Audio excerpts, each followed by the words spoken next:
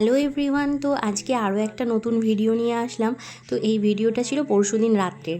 তো পরশুদিন রাত্রে 2:30 বেজে গেছিলো এই কেকগুলো বানাতে বানাতে। ফিনিশিং দিয়ে আমি কমপ্লিট করে রেখে দিয়েছিলাম।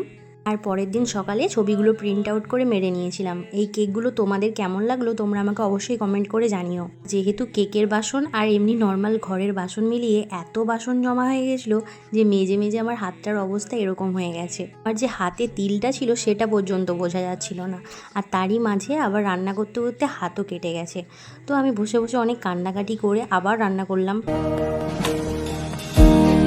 আর সকাল সকাল চা করছিলাম, আর চা খেতে খেতে ভাবছিলাম যে একটা মানুষ এত কাজ কি করে করতে পারে, নিজের কথাই বলছিলাম।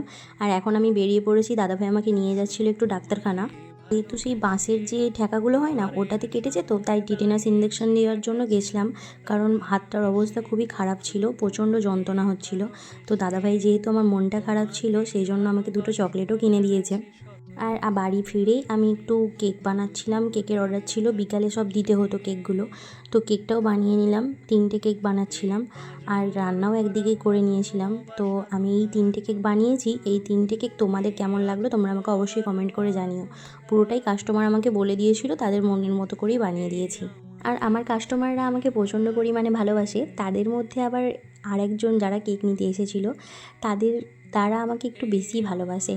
প্রিন্সেস ট্রিটমেন্ট দিচ্ছে, মানে ভাবো আমার বাড়িতে ওরা কেক নিতে এসেছে অথচ আমার জন্যই খাবার এনেছে। কি ভালো লাগে তাই না? তো ওরা আমার জন্য আইসক্রিম আর ফুচকা নিয়ে এসেছিলো। আমার কাস্টমাররাই আমাকে প্রিন্সেস ট্রিটমেন্ট দেয়। আহা, থ্যাংক ইউ। তো সকলকে টাটা, বাই।